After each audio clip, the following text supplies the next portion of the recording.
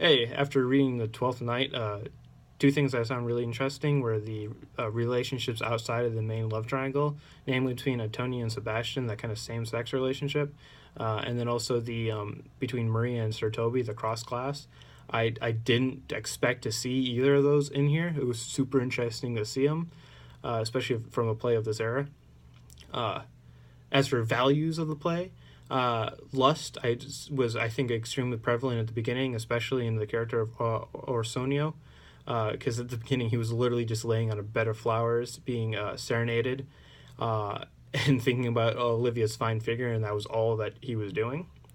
Another main idea I think is the idea of loving the idea of a person, and not so much their physical form, which it's all over the play, but I think it's mainly in Olivia, the character of Olivia, because she gets duped. Viola acts as Sebastian throughout this entire play, and when she finally marries Sebastian, a man she's never met before, she's okay with it because he still acts like Viola. She doesn't mind so much that she didn't get the exact physical form she was looking for, as long as the personality and the personality was the same. She doesn't mind. She doesn't mind it. She much prefers the idea of the person than their actual physical form. As for something I had to look up, I had to look up why it's called the Twelfth Night. It's the Twelfth Night is actually an Elizabethan celebration that it was all about blowing off steam and relaxing. Um, which it was really interesting because that means Shakespeare's, at least in my interpretation, Shakespeare's just saying this play is not supposed to be taken seriously. Just enjoy it, enjoy your night, watch it. It's a comedy, relax, which is interesting for him to do to himself. It shouldn't be read into. It's just enjoy the night.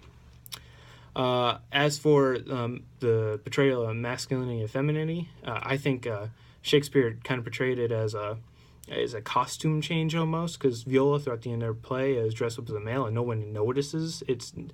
Her actual physical form is masked by the performance that she gives, which is interesting because he's saying is that masculine and feminine are simply costumes that people can put on and take off as they need to, which is not what again I didn't expect that from a play of this era.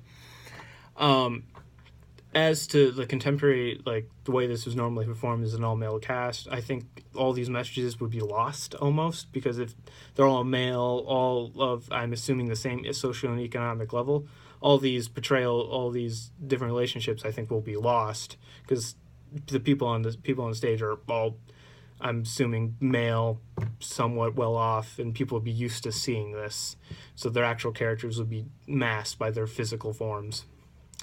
And as for questions that I had about the play, at least for you guys, is why do you think this is the only play that Shakespeare gave an alternative title to? And why do you think he gave it that title? And then finally, the Malvolio subplot seemed extremely cruel to me.